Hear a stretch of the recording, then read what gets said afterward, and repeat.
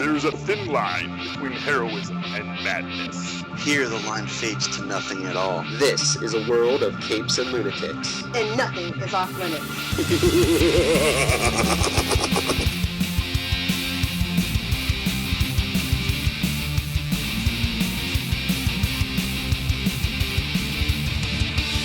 Welcome to Capes and Lunatics. I'm Charlie the Professor Esser, and with me, and this is episode 1. There we go, man. We're just hitting all the cylinders poorly.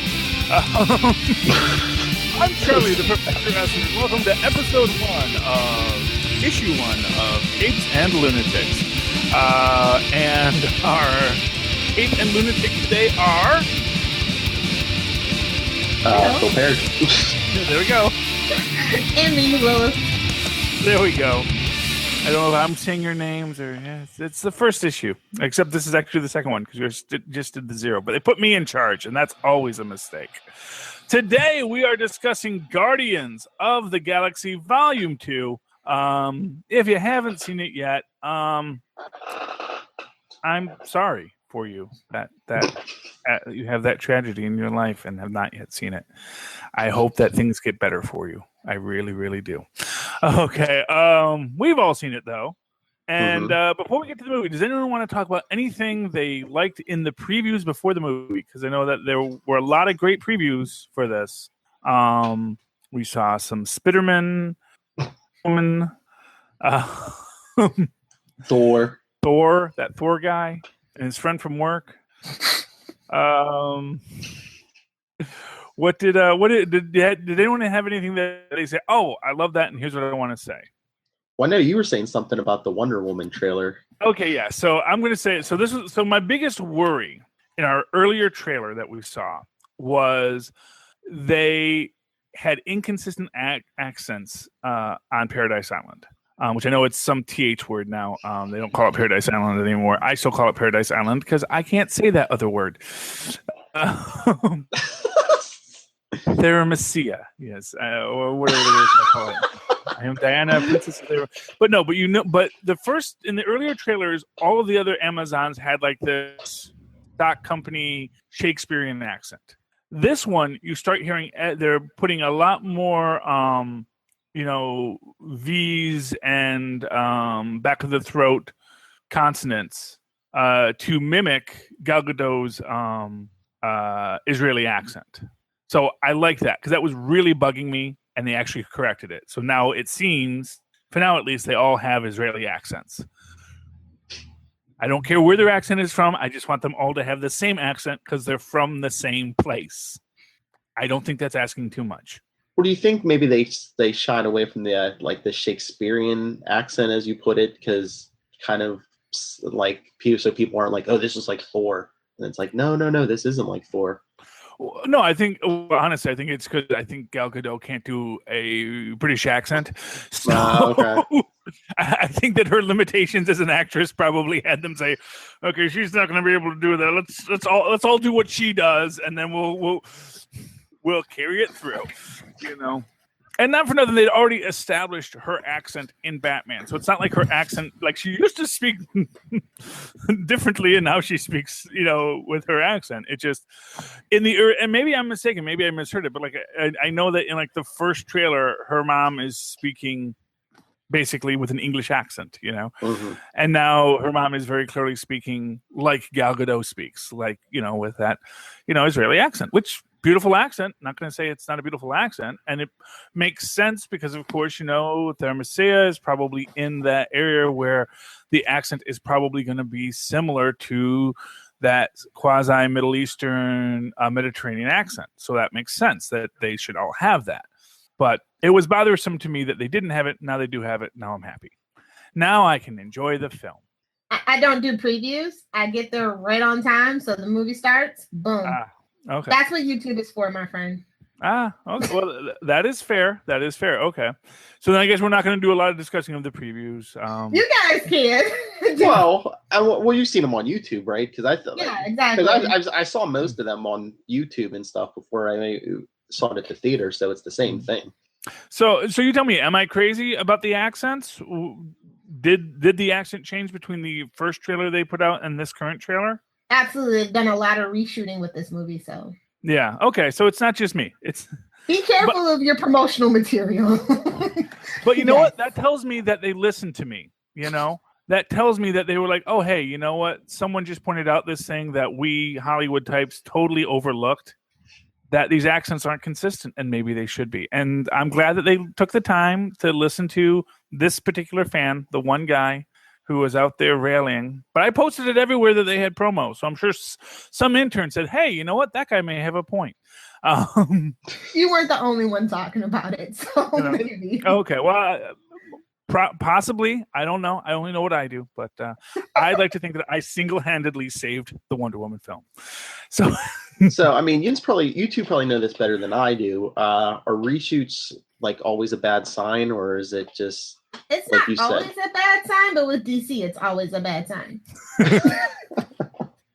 Well, just being honest. Yeah, let me put it this way. It's this is the thing.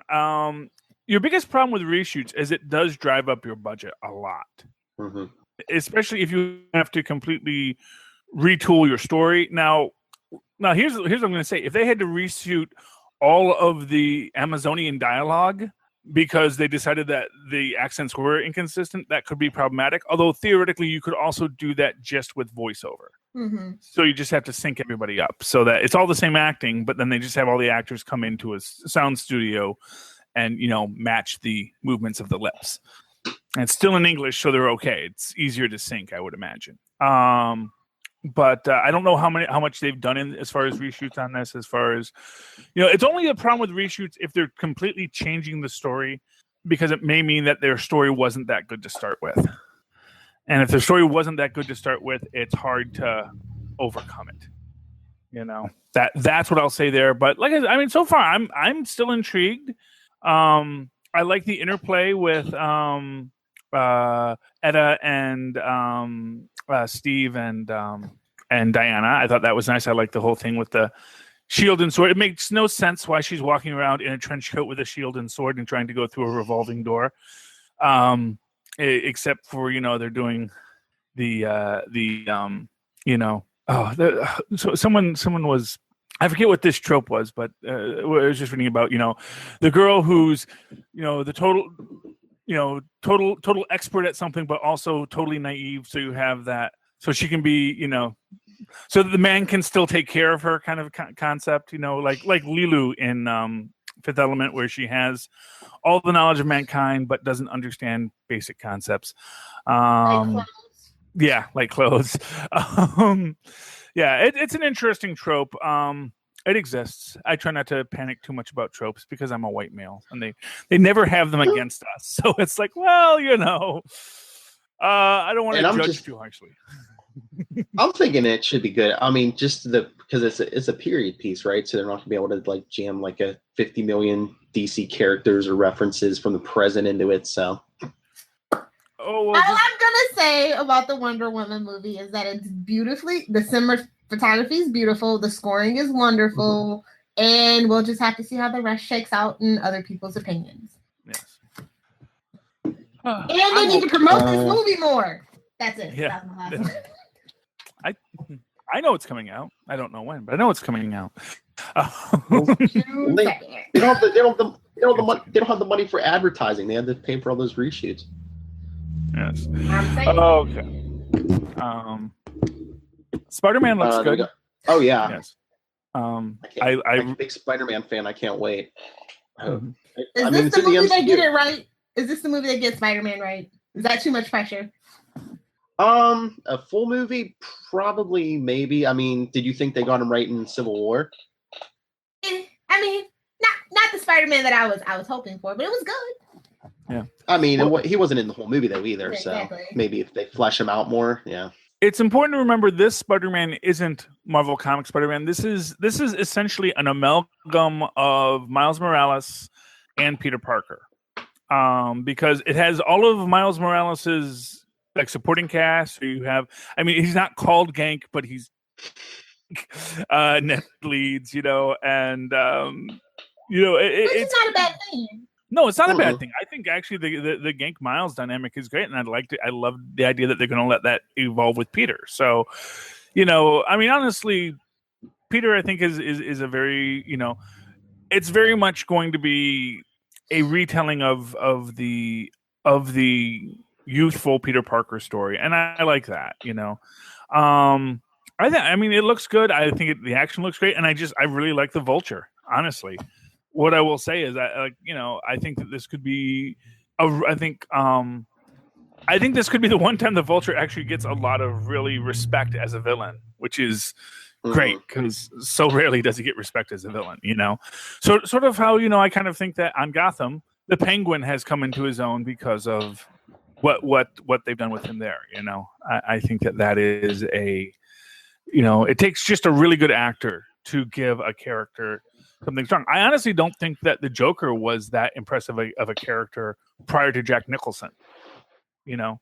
Well, yeah, until maybe I'm mistaken. Well, yeah, before the Killing Joke and everything. Well, when did the Killing Joke come out? When did the Killing Joke come out? Was that before Batman or after Batman? It was right before, wasn't it? 88, Lilith. Yeah, right before. Yeah, it was a year before. Okay, yeah. So then the reinvention of the Joker probably also relies a lot on Alan Moore. So give him the props. There we go. But yeah, that time period, that late 80s is when the Joker came into his own. Yeah. Yeah. Okay.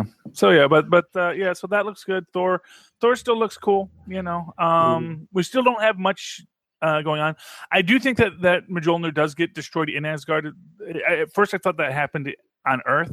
But looking at it now, it looks like the buildings around are Asgardian. They're just they're not gold. They're kind of like black and silver, which is what confused me the first time. So, and I think it's like a road trip. I don't know, because remember Odin was missing. Well, Loki took his place. I don't know. Maybe Thor goes to find Odin to rebuild Asgard. This is something that they're saying that Marvel is doing now, which is that all of everything you've seen in the theater in the trailer is only from the first 20 minutes of the film. That's what they said about Guardian, and that sounds like that's their rule now. That just whatever you're going to do in the trailer, it has to be from the first 20 minutes of the film. So everything we've seen in this, arguably, then, and that was true for the Guardians of the Galaxy trailers. And so if we extrapolate that logic, then all the stuff that happens with Odin and the road trip, that is after that first 20 minutes. Which is cool. It means that we're going to get a lot of action that first 20 minutes, and then we're going to have to see where it goes from there.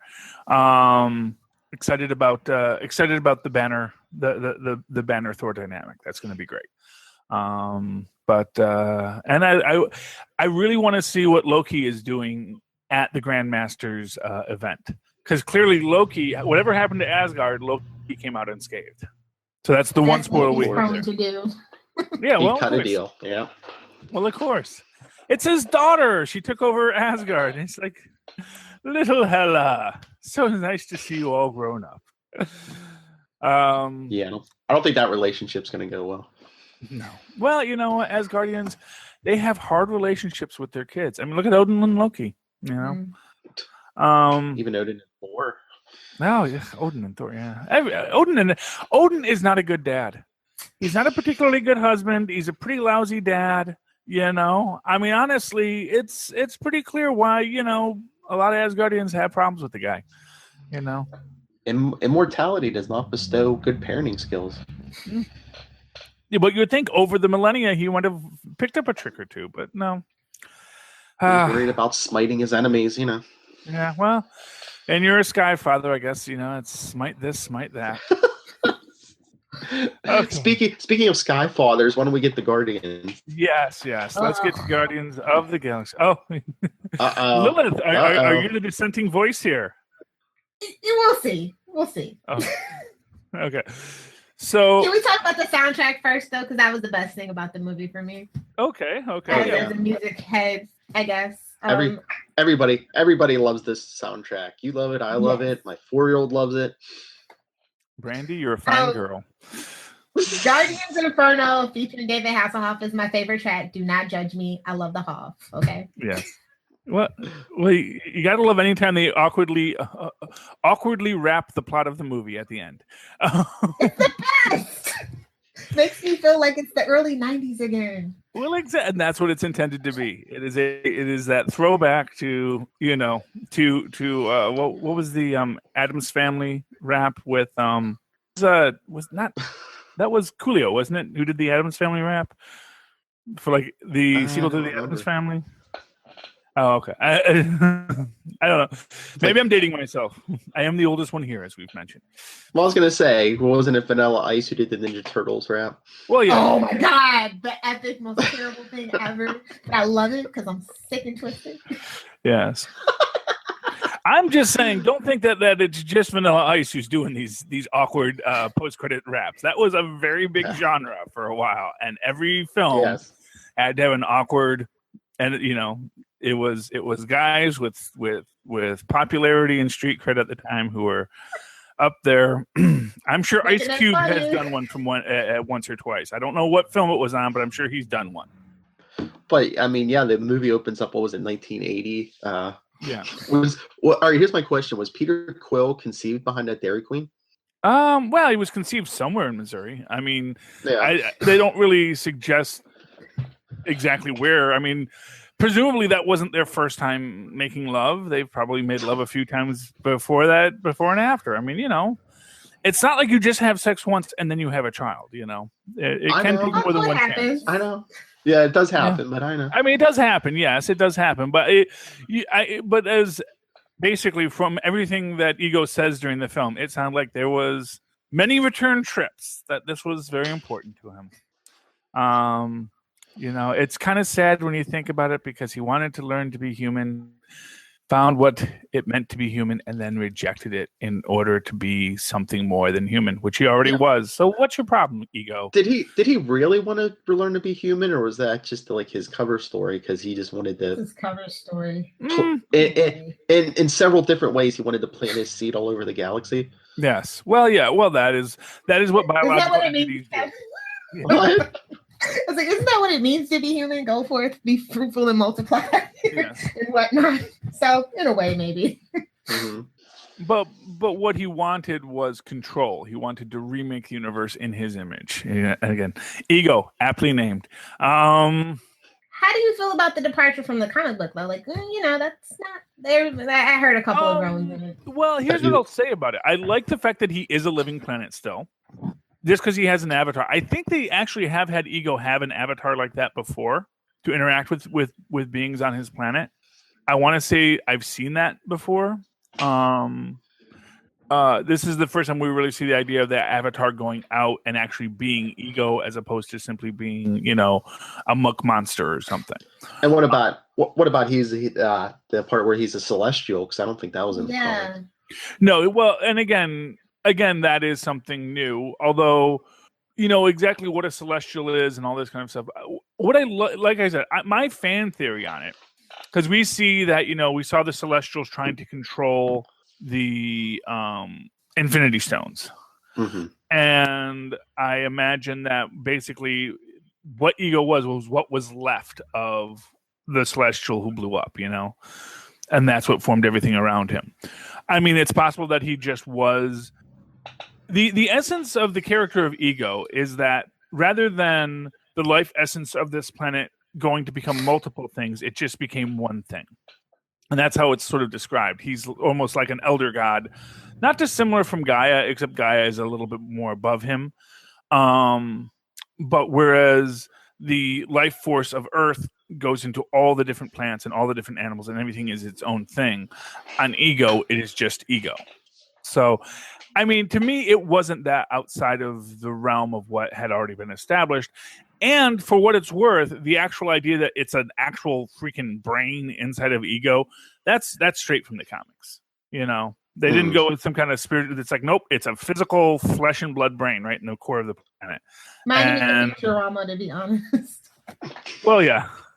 Honestly, it was kind of. Here's what I'm going to say: it looks silly when they put it up there, and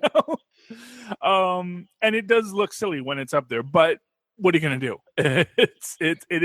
It's silly in the comic books too, but you don't notice it as much because it's a comic book, Exactly. Anytime we try to do that direct ink to film adaptation, you often get something that's a little weak. at least in design. Although, like I said, I thought that in a lot of ways it worked for me. I love the color palette in this. Yeah. I love that very blacklight poster. Like the whole film is a blacklight poster. I like that. You know, I thought that was a pretty nice take on it. You know, if you want to actually think about maybe an evolution of character, you know, you have this idea that you go from the first one, it's maybe a bit more basically like going from a little kid to a sort of rebellious teen. And now, you know, and that's why we get our blacklight posters, because, you know, we're being cool and sitting in our room in the dark with our black lights on to look at things, you know. But it is interesting. Honestly, for me, what bugged me more was the the things that bugged me the most was the remaking of the 3000, the year 3000 Guardians into Ravagers. Mm-hmm. I mean, that didn't bug me a lot, but it bugged me a little bit. And honestly, I thought Sylvester Stallone played the character very well. Although, again, I think that was a huge departure, as much of a departure as Yondu was in the first one. You know, it's like that's not who Yondu is. That's not who what's his name, Stakar is. Although it actually has been done in the books recently, where they've sort of suggested that there was this modern era Guardians, and then the future Guardians are kind of descendant of these guys. So like the Yondu from the year 3000 is the Yondu, it's like the ancestor of the Yondu that we saw in the recent Star-Lord book. So there's this idea that maybe those guys evolve into the future Guardians of the Galaxy, you know.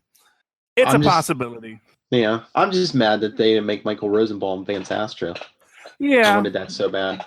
Yes. Well, there's still time because he's covered in crystals in this. So yeah, well, you know. But that was a different character though. So yeah. Well, yeah, but they've done crossovers, and it's not like there was. I don't think anyone's waiting for the Martinex spinoff. You know, I don't think anyone's sitting there going, "Oh man, what? We need more Martinex. How can they do this without Martinex?" You know, I was gonna say, sorry. I just wonder if it's a legal thing too, though, because Vance Astro was a mutant. Do you think he's on that Fox list? Well, actually, this is what's interesting. Vance Astro isn't a mutant. Vance Astrovic is a mutant. Because they actually are from alternate timelines. Yes. And in fact, possibly even from alternate universes, because of like the timeline of when Vance Astro goes into space. I know that they did have them meet. They had Vance Astro go back in time and meet Vance Astrovic, and they kind of like, you know, we actually aren't the same person, are we? No, in a very legally binding way. So one imagines that that you could have Vance Astro in that year 3000. I think that the biggest problem with Vance Astro is that he is from the year 3000, and you have to bring him back. Now, the idea that maybe his suit is symbiote based, that could be issues, but I don't know. I think that mostly they just didn't want to. They didn't want to give Chris Pratt competition at the moment, and Major Victory as the leader, as the Bucky character, if you will, the Rick Jones character, who becomes the leader. I don't think they wanted to put that into the story. Now, it would be interesting to see him come back with Captain America's shield, all that kind of stuff. We all want to see that, but that's not where we're at yet. So we're gonna have to see what happens. That being the operative word. Yes. Okay. How do we feel about this? Doesn't have much of a time jump. This is a few months after the first movie. So. We have little baby saplings. Yeah. Okay. How long do trees grow? I don't know. I mean, I don't know what the actual growth cycle of a Groot is. Here's what I know. I know that whenever this takes place, it is at a time where news of the Guardians' defeat of Ronan has gone out. People are aware, you know, and that they have become an established heroes for hire, if you will. And if you can find them and you can afford it, maybe you can call the Guardians of the Galaxy. And so the 18 then? Yeah. It's meant to be an 18 reference. Okay. Yes. Remember, they actually do say, "And you can afford it" when in the A-Team intro, even though they never show them collecting money, because they're like the three amigos at the end, where they're like, "Here's the money," and they're like, "Oh, give it back." But of course, the three amigos were actually landed gentry in their universe, so it was easy for them to give the money back, not so much for the Guardians or the A-Team. So we assume there's probably a lot of really dark, dirty stuff that the A-Team did to get money in between the very feel-good episodes they showed us. So they were like, there's probably some lost adventures of the A-Team where they're just beating the heck out of somebody for protection money. I thought you were going to say they're like selling blood or something. No, I'm just saying someone hired some mercenaries to go do some mercenary stuff. I'm not saying they beat up on little kids or something, but no, but it's like they had to. Vans don't fix themselves, man. You owe your bookie money, kind of stuff. Yeah, well, and not for nothing, we know that Face was constantly running scams, so we know that whatever they were doing was based on at least Face's con artistry until they started working with the federal government in the later seasons. Capes and Lunatics, man, we can go anywhere. Nothing is off limits. To quote how do we feel about the portrayal of Nebula? I love Amy Pond. She's always going to be Amy Pond. I'm always going to say, "Come along, little Pond." Sorry, that's just how it is. Well, here's what I'll say. I don't know enough about the character of Nebula in the book to say how near or far it is from that character. I think that she's been pretty far from that character since the first one. I liked this idea that there really was a familial relationship between Gamora and Nebula. Yes. Yeah. I thought that when Nebula actually got to her point, she couldn't kill Gamora, which kind of maybe even makes Thanos' point, which is that you are weak, Nebula. You are a weak little girl, and you will never be as good as Gamora. Is she weak, or is that there is good inside her, but Thanos just tried to beat it out of both of them? Yeah, from Thanos' point of view, it's that she was weak. But yes, the actual statement is there is good inside of her. That she didn't want to be what and I think that is sort of the thematic here, is that you have these children who do not want to be what their very evil fathers wanted them to be. Mm-hmm. What's that saying? All the best cowboys have daddy issues. Yes, yeah, and clearly, everybody's got daddy issues here. Even Rocket, when you think about it, has this daddy issue of the scientists that didn't give a fig about him. As Yondu says to him, and Yondu, who was sold into slavery by his parents. The only person who seems to actually have a pretty decent relationship with their parents is, of course, Drax. Yeah, but that's because he's the dad character. Drax is the dad. He's the big shirtless guy who's just tells dad jokes. He is. He had a great relationship with his parents. Maybe it was all the honesty. Because didn't he say they talked about their copulation and how he was conceived and everything? It's a beautiful story. Your species has hangups, and that is why. No, it's like, that is why Quill needs to find a woman as pathetic as him. But no, Dave Bautista needs some kind of award, because I wonder how many takes it took, but I mean, just delivering those lines with a straight face, Mantis, you are hideous. Yes. Dave Bautista, honestly, I think he's actually a really good actor. Yeah. I think that sometimes, you have these characters that are kind of that the amount of subtlety it takes to play someone that unsubtle is actually really impressive. And I mean, I really like Dave Bautista in this. I mean, I hope the guy gets a lot more work, especially doing comedy, because I think the guy has amazing comedy chops. I think comedy adventure is a great genre for this guy. And honestly, as a comedy adventure, I think this is your classic, Crosby Hope on the road kind of picture, get a little action, get a little romance, and a lot of things to make you go, what? That's crazy. And a lot of rock and roll. A lot of rock and roll. Well, as it's, Hope and Crosby, so it's more, crooning. But yes. They need some crooning in this. Oh. But yeah, Batista's timing, he has great comedic timing. I love that scene. She told your darkest secrets. He's like, do me next. Yes. That is great.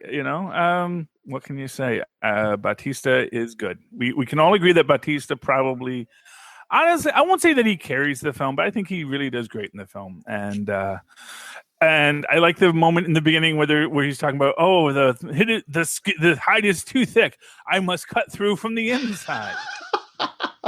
It's going to be just as thick on the inside. Although, actually, if you're cutting through, yes, that's true. But you can actually do a lot more damage on the inside because obviously he's not going to have, if you go in and you start cutting through his gullet and cutting through his heart and lungs, internal organs, that actually is going to be effective. But if you're just going against the wall, it's going to be the exact same thickness. Although you also don't get swatted away as much from the inside. So I don't think it is as ridiculous as they suggest as a strategy, but it is a ridiculous strategy. Yes, it's risky. It's risky. You might go in and not come out. Yeah, well, there we go. But he came out. That big fight scene in the beginning was awesome. Especially, what did everyone think of Baby Groot? Get the Baby Groot dance. Please, someone else talk. Was there? I was gonna say, was it too much Baby Groot? Was it just? It was way too much Baby Groot.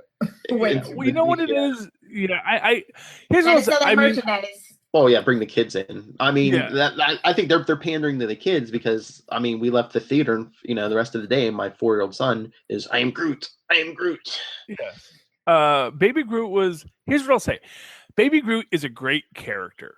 I know why Groot is so popular. He and both Baby Groot and even adult Groot. Because adult Groot's actually pretty popular too. Mm-hmm. When you talk about characters very differentiated from what they were originally, the original Groot is basically a Doctor Doom character forced into service. But then he loses the ability to speak in his malevolent monologues, and he just starts saying, "I am Groot."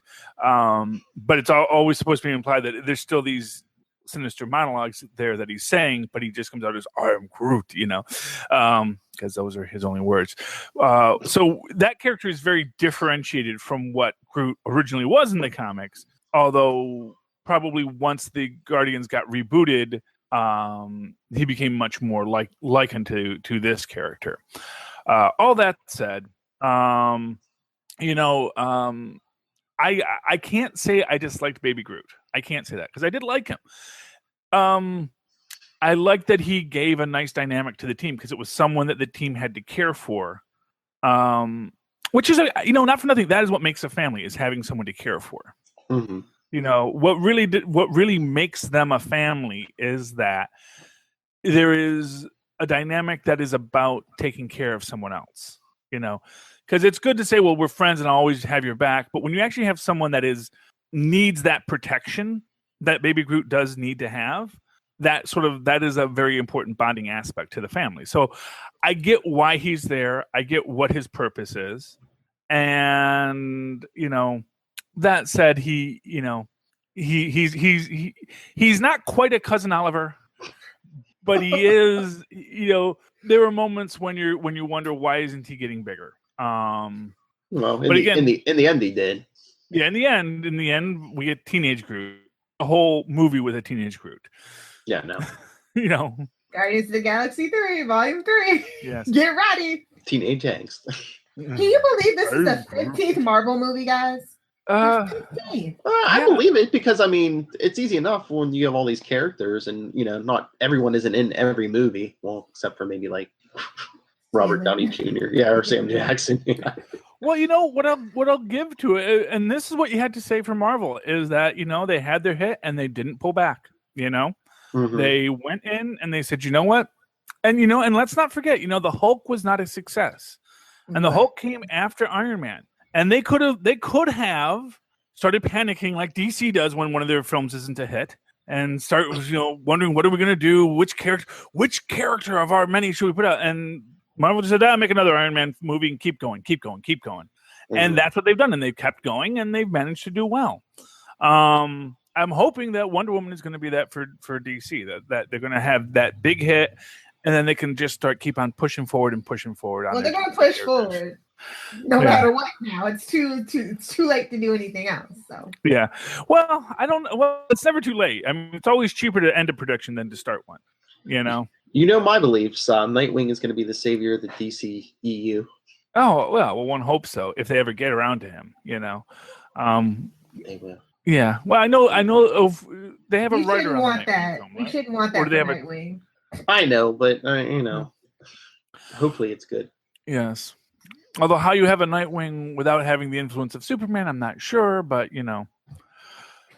Well, Superman's in that universe. Yeah, I know, but it's not like he grew up with Superman and Batman as pals. Yeah. That's the thing. It's like, you know, obviously you can do it, and there's lots of ways to do it. And you can have someone else be his Superman character. You know, you can have something else, even if it's just, you know, this idea of fictional superheroes. Yeah, it'll be something from like the circus or something. Mark my words. Oh yes. Oh, he's Onslow the strong man, who was the strongest man there, but also the most gentle, and cared for him and taught him all there is to know about being a good human being before his parents were savagely murdered and he was raised by this sociopath Bruce Wayne. Yeah. I think Kurt Russell stole the show for me. I like his He was good, yeah. He was great. He was, you know why? Because you know what's great about Kurt Russell is he is your classic weekend dad. Yes. And you know this is what he is. He is, because this is the thing about him, is he is so much. There's a great I'm forgetting the name of the comedian, but he did this thing about how he really likes Pearl Jam, but all of the songs that Pearl Jam does are about the lead singer's horrible childhood. And he says, I can just imagine Eddie Vedder's dad sitting at home one day saying, "Man, can't you ever write a song about the time we went to the zoo?" And you know, and that is it. You know, I mean, and there is this, you know, classic orphan fantasy, as we hear from, if you remember from Twins, when Danny DeVito says to Arnold Schwarzenegger, when Arnold Schwarzenegger tells him, "No, we are actually the children of the greatest scientists and the most amazing woman ever." And Danny DeVito says, "Yeah, I know that story. Every orphan says that story, that, oh, my real dad was this and my mom was this great person, and someday they're going to come back for me." And here we have little Star-Lord, and of course, my real dad is a Celestial, and now he's come back, and we get to play catch, and it's everything I ever wanted. But of course, but like Gamora says, this isn't real. You know, you think this is real, but it's not. This is your fantasy. This is your fantasy that you've been given, and you should question when someone gives you this fantasy. Because Kurt Russell is a weekend dad. He is just blown into town. Ice cream for dinner. Ice cream for dinner, and we're going to have some fun. And, you know, hey, you know, maybe you can help me with this project, but if you don't, I'm just going to turn you into a living battery for the next 1,000 years. Well, does that whole parentage thing, I don't know, it's different than the comics. Does that alter the Peter Quill character in a good way or in a bad way? Because now he's like half like godlike being.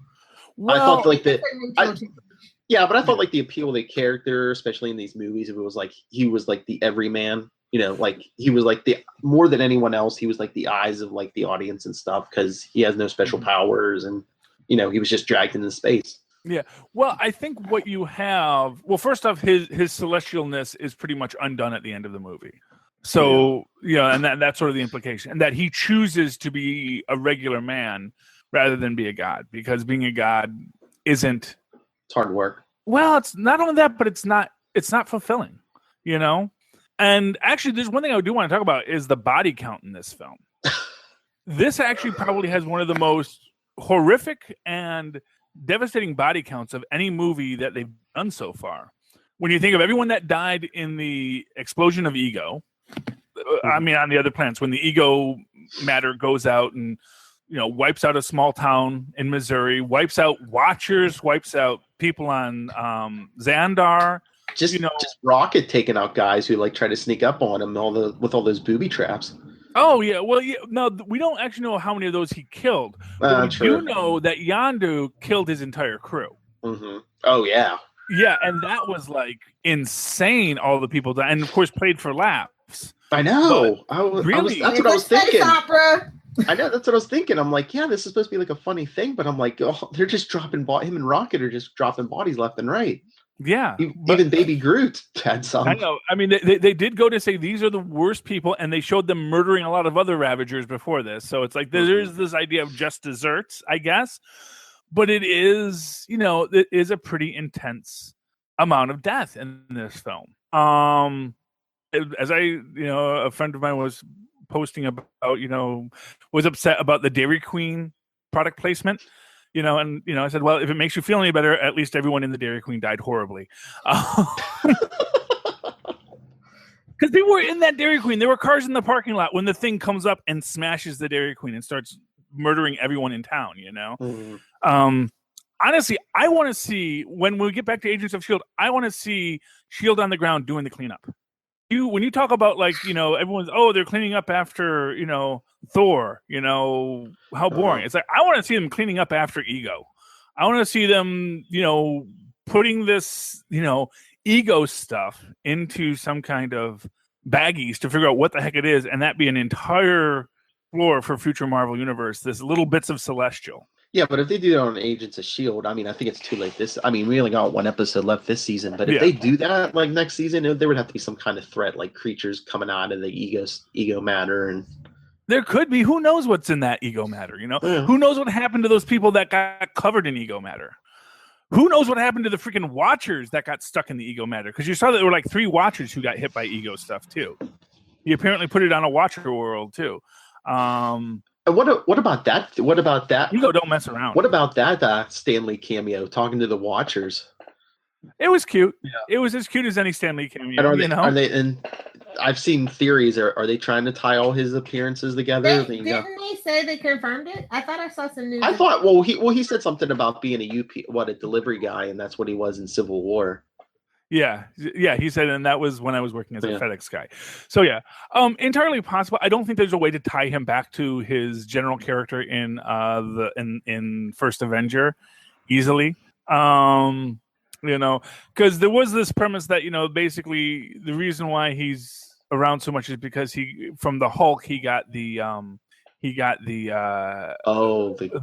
gamma blood, and that gives him like immortality, arguably.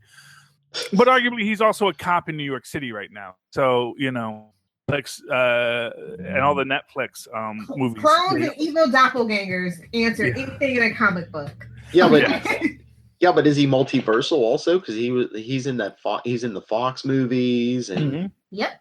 Well, I mean, that's your argument for him being a Watcher. Although, I like I said, I don't think I think that's reading too much into it. I think it's, and not for nothing, he can't be a Watcher. I absolutely say he is not a Watcher, because in the post-credit scene, he's telling the Watchers as they're leaving, "Hey guys, you're supposed to be my ride home." So clearly, whatever he is, he's something that the Watchers picked up, but he's not a Watcher. So whatever he is, he could be. You know what? Maybe here you go. You want to know what he should be? He is the Stranger. He's even got a mustache. Oh, the white hair. Yeah. Yep. Yeah, white hair, mustache. He is the Stranger, but he's also. Okay, Marvel, make that happen. I want to see Stan Lee in the toga. Yeah, First, Ryan Reynolds' cheekbones. Now this. I don't know, Charlie. I don't know what we're gonna do with you. Yes. It could work. It could work. But no, I don't think that's supposed to. Like I said, we can definitely say he's not a Watcher, because if he was a Watcher, he wouldn't need the Watchers to drive him home. He's the man on the wall. Wouldn't need to be. He's the man on the wall. That he could be. He could be the man on the wall, and that would actually be kind of interesting. That might be a possibility. Get the name of the man on the wall before Nick Fury became the man on the wall. It was something with a W. But he actually wore an orange spacesuit like that too, I think. So it might actually work out pretty good. Yeah. Because that was a pretty cool. I mean, it was a pretty cool interstitial and a pretty cool post-credit scene. So he gets 2 scenes in this one. So good for Stan there. And I didn't like things. I did not like the drone piloting video game scenes. too campy. Yeah, I it's don't kind know. of weird. I mean, I get what they're doing, and it is nice, but just the fact that it's all video game sound effects, it just. Well, they were going for that 80s vibes. I mean, we saw the giant Pac-Man. Oh yeah, that was just too. That reminded me too much of Pixels, so it really bothered me. I know. That's your fault for going to see it. First of all, Charlie. First off, I have children, and it was on cable, so they insisted on watching it. No, I would not pay money to see Pixels. Thank you very much. I don't pay money to see Adam Sandler films. Okay, that's a good practice. Unless it's funny. No, yeah, I'm sure that he's done good films. Actually, that's not true. I did go see 8 Crazy Nights, in the theater. But honestly, I actually think that Adam Sandler does well in a cartoon because I think his style of comedy fits into that non-realistic mold. You can accept it. Adam Sandler as a live-action cartoon doesn't work as well as Adam Sandler as an actual cartoon. That's what I'll say there. Oh my. Where were we? We were talking about this before Lilith jumped on, Charlie, the whole Adam Warlock scene, end credit scene. Oh yeah. Now, did that bother anyone since we already had Adam Warlock's cocoon in the first one? I mean, couldn't they have taken it, or the collector could have stole it, or? Well, no, because this is obviously a new cocoon just created with Adam Warlock. Well, what if that wasn't his cocoon? What if it was her cocoon? Ooh, well, that's a possibility, but then you have to ask why she's the high priestess of this. Well, what? She just looks like it. They I don't think they confirmed that. The high priestess of that planet. But I mean, they didn't confirm that was her. Or well, actually, I was going to give you an out on that. So naturally, the collector would have collected the cocoon of a high priestess of this genetically perfect race. After the thing explodes, she's revealed, she comes out, she goes back, reclaims her rightful throne, and because everyone in that universe is very, genetically designed to serve their purpose, they're all rejoiced at the return of their queen. Perhaps she had to eat the previous queen. Who knows? But yeah, that's true. I mean, she could have been released when Ronan attacked in the first movie. Yeah, exactly. So you actually could have something like that as a possibility. Very happy to see that Howard the Duck is out, living his life. I'm surprised the collector let him get away, but it's nice to see that the man is out there and he's finding work. So good for Howard the Duck.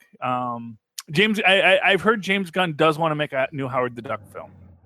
I'd be down for it. Oh yeah, I love Howard the Duck. I think Howard the Duck is fantastic. I just want to get him to Earth, because I think that is when Howard the Duck is going to be at his best, is when he has to deal with the frustrations of people. I actually think that's why Howard and Rocket teaming up is always a good mix in current modern Marvel comics, because Rocket don't care. He is happy to be living his life and being the adventurer, and Howard, he just wants to find a place to settle down. They're like opposites, and yet they have to work together. Yeah, but how do you convincingly do Howard the Duck on Earth? Do you make him like a disciple of Doctor Strange or something? You just have him get stuck on Earth the same way he does, same way he's currently on Earth. It's like, I fell through a dimensional portal and now I'm here. Well, this sucks, I just see people, alien attacks from the sky are one thing, but talking ducks. Yeah. He could get a to Disneyland. Oh, he could actually now. And not for nothing, at this point in the Marvel Universe, people are kind of used to this stuff, People are going to be like, oh, yeah, okay, talking duck. All right, here, would you rather have a Howard the Duck movie or a Netflix series? Movie. I don't think Howard the Duck Netflix series goes anywhere. Yeah, years off. Even if it's like 5 or 6 episodes or something. Just give me a 90-minute movie. I'm good. Yeah, I mean, as long as they have Dr. Bong and Beverly, I think it's going to be good. However they do it, I think you can tell an ongoing Howard the Duck story. I just think that you need to have a good arc for your plot and know what you're going to do next. I think that one of the biggest problems with Howard the Duck isn't that he doesn't make good stories. It's that eventually the stories peter out. They don't know what next adventure to send Howard on. And so doing an ongoing Howard the Duck is always a little bit difficult in that way. Sounds good as long as they go with Charlie Esser for Dr. Bong. Oh yes, well, Bong. That's the kind of bong it is. It's not like a Cheech Marin bong. It is a. I know he has a giant bell for a head. I've seen him. He has a bell for a head. Yeah, I mean, there's nothing untoward about Dr. Bong. He is, but it does give itself great jokes. Now you can make bong jokes in a thing, and so you just have to have him with Tommy Chong in a scene, and it's Dr. Bong. Just have Cheech Marin and Tommy Chong, just doing a little Beavis and Butthead with him. That'll be funny. I was gonna say no. Save Dr. Bong for the next Deadpool movie. I just want to see him trying to get his prescription filled from Dr. Bong. Actually, do you know who should play Dr. Bong? Who's the guy that does Family Guy? Seth MacFarlane. Seth MacFarlane should be Dr. Bong. He would be a fantastic Dr. Bong. Because the thing about Seth MacFarlane, he's got a fantastic voice. He's impossibly good looking. He looks like he looks almost like a superhero, And the idea that you put him into this character with the bell on his head, and he has that, deep resonant voice, I think he would be an amazing Dr. Bong. So if you do a Howard the Duck and you want to have a Dr. Bong in there, go get Seth MacFarlane. That is my recommendation to you. Tweet that to Marvel, Charlie. And Seth. Hollywood. See what happens. Tweet it to Marvel, she said. Yeah. Well, you know what, man? I hope they're listening. It's a very long river to cross to go all the way to the Marvel offices just to get thrown out, Okay. There was way too many post-credit scenes. Like I can't with it. I got a life. I gotta move on. I gotta pee, man. That was a long movie, and they made it longer. Yeah, well, that's why you had to go see the film twice. That's how they get you, because fortunately. I have my strategy. I always go to the men's room right before the movie, and then I try not to drink too much in the movie. But the jug's this big. Yeah, I know. And then you're eating that popcorn, and it's like I'm being thirsty. Yeah. Get the movies. Come on, be a glutton. And it's free refills, so it's like you'll have to, otherwise you're a sucker. But then you have to get out. And then you get the refill before you leave. See? But they were worth it, I will say. Most of them. Yeah, well, they were very cute. There was only one that was really important, which is the Adam Warlock scene.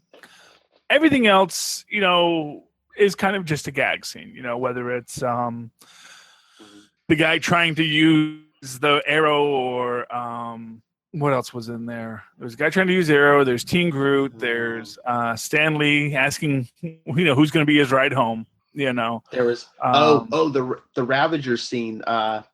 Does everyone know who did the voice of Mainframe, that computer thing? That was Miley Cyrus, wasn't it? Yep. Miley Cyrus is in the MCU. Yeah. I did not even know who that character was. What? Congratulations. Big game. Oh yeah. No, I had no idea who this Mainframe character was. Although what was funny is she looked like the head of the Cyberman from just before the Peter Capaldi Doctor Who, when he has the little, he called him Handles. So I was a little confused why Handles was in it, but aside from that, it was kind of cool. And she was very excited. So good for Mainframe. And then they're gonna go steal some stuff.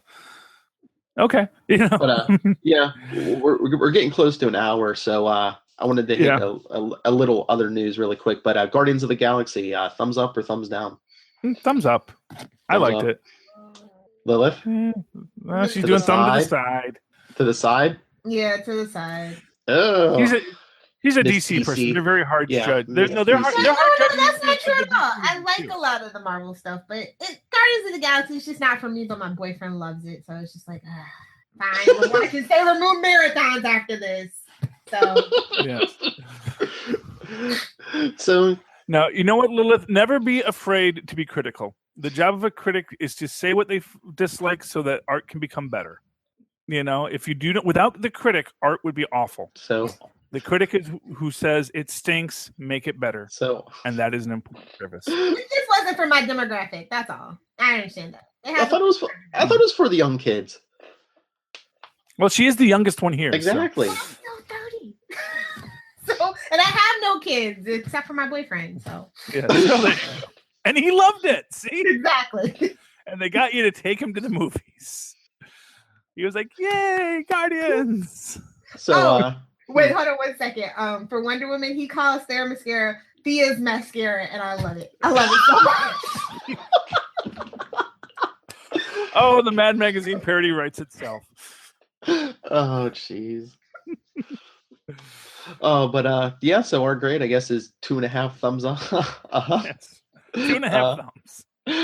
Like I said, we're close to an hour, but I just wanted to say, do either one of you have anything that stuck out to you this week, either TV or comics or anything?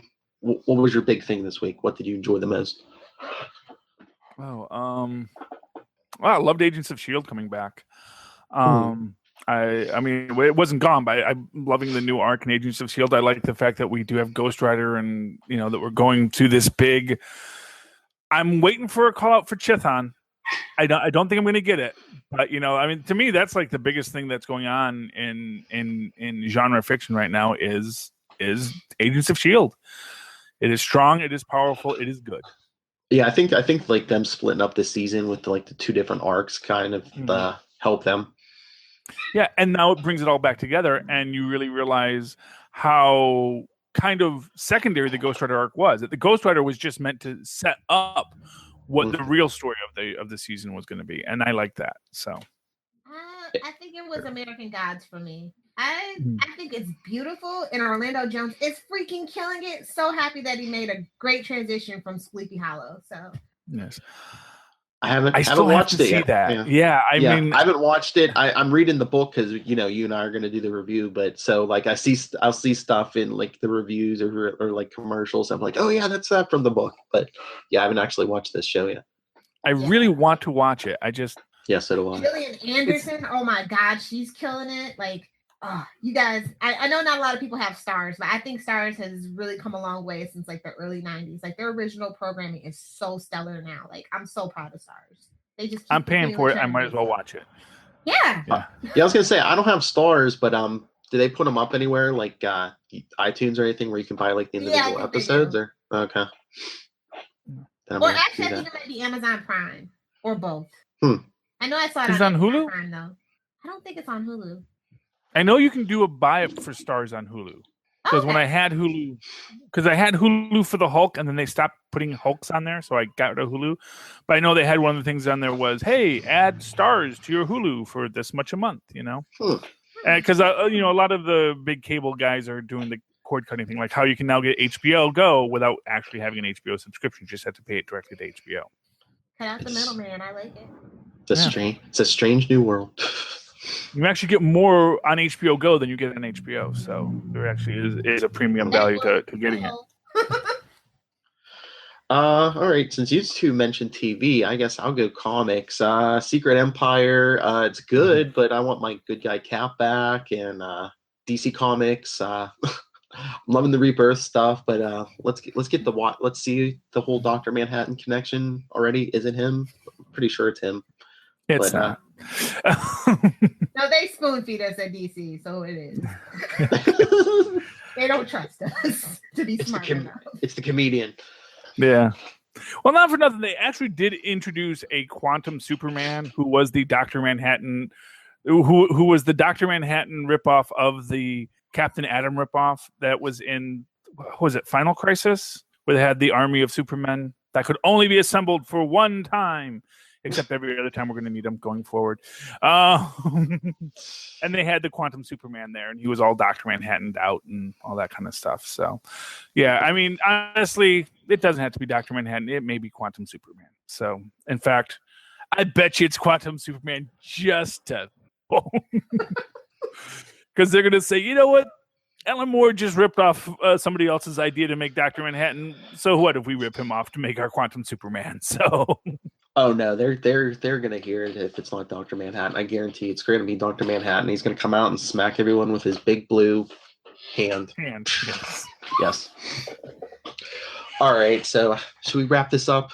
Let's wrap it up. All right, everyone. Join us. Well, I think our interview, there's like 2 interviews Lilith and I did. There's one I did yesterday. Those are going to go up in the meantime. And then I guess our next like official episode is probably going to be our Wonder Woman review. Yep. Yeah. Really? June 2nd? Like that? Yeah, that for whatever June 2nd, whatever that first weekend is. Yeah. That first weekend. So, and Lilith will be leading the charge on that one. So, Lilith Hellfire, Wonder Woman fan, where can people talk to you? If you're still watching anything in the DC TV, except for Gotham, you can live tweet with me at Lilith Hellfire. Everywhere else for anything else, at Adventures in FG, Pinterest, Instagram, Facebook, Twitter. Please be sure to check out my website, adventuresinfangirling.com. And that's pretty much all I want to pitch for right now. Professor Charlie Esser. You can always write to me in that old-fashioned email way at superconnectivityblog@gmail.com. That's superconnectivityblog, all one word, @gmail.com. And, of course, follow me on the Twitters as I live tweet Agents of S.H.I.E.L.D. and the Incredible Hulk, 7 o'clock on Saturdays on MeTV, at Charlie Esser. That's CharlieEssesser. Look for the 2 E's in the middle for quality. And as for me, you could always get a hold of me, nightwingpdp@gmail.com. On Twitter, I'm at nightwingpdp.